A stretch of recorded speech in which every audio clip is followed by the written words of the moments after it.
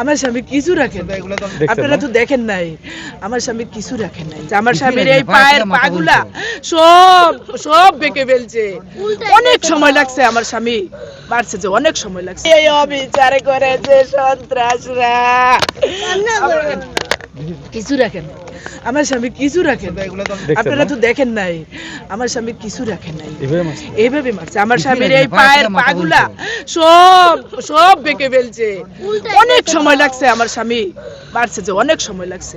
কি গুলি করছে না কুপ দিয়েছে পেছন দিয়া রক্তক্ষরণের পরপরই, এরপরে মনে করেন পিটাইছে।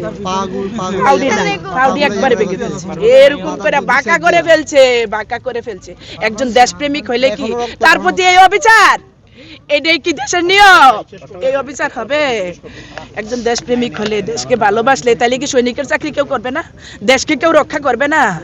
দেশ কি চলে যাবে? দেশ তো রক্ষা করতে হলে তাহলে হাজারো মায়ের ফ্যামিলি এইভাবে স্বামী হারা হইতে হইব, বাচ্চারা বাবা হারা হতে হবে।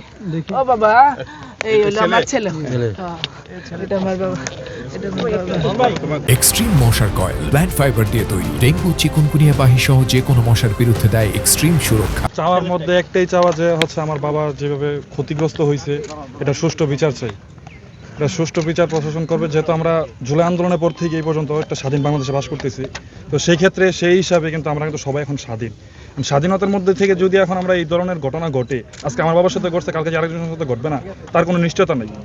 সো আমার একটাই আবদার বা একটাই দাবি যে আমার বাবার এই অনাকাঙ্ক্ষিত ঘটনাটার সুষ্ঠু বিচার চাই।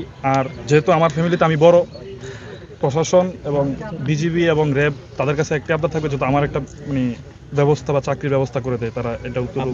কিসে পড়াশোনা করছেন? আমি অনার্স ফার্স্ট ইয়ারে পরিসংখ্যান নিয়ে পড়তেছি, ন্যাশনাল আন্ডারে, এই তেজগাঁও কলেজ। কি নাম? আমার নাম মেহেদি হাসান ভুইয়া। আর আপনার দুই বোনের নাম? ওর নাম জাহান মুনতাহা, আর ওর হচ্ছে মোহাম্মদ শামীমা জান্নাত। ও ক্লাস 5 এ, ও হচ্ছে ক্লাস 10 এ। শ্রেণীতে পড়ে বিজিবি আপনি তো বড় ছেলে, আপনার আব্বার সম্পর্কে একটু জানতে চাই, কেমন ছিল আপনাদের সাথে? আমার আব্বুর সাথে আমার বন্ডিং অনেক ভালো ছিল, ঠিক আছে। আমি বাবাকে অনেক সম্মান করি, অনেক কিছুই বলার থাকে, কিন্তু বাবাকে বলতে পারি না ওইভাবে, যেহেতু বাবাকে অনেক রেসপেক্ট করি। আর ফ্যামিলিগত দিক দিয়ে আমার বাবা হচ্ছে, তাদের 8 ভাই, 8 ভাইয়ের মধ্যে বাবা হচ্ছে সবার ছোট। এলাকার মধ্যে থেকে বলেন বা সব সাইড দিকে বলেন, বাবা খুবই অময় ছিল।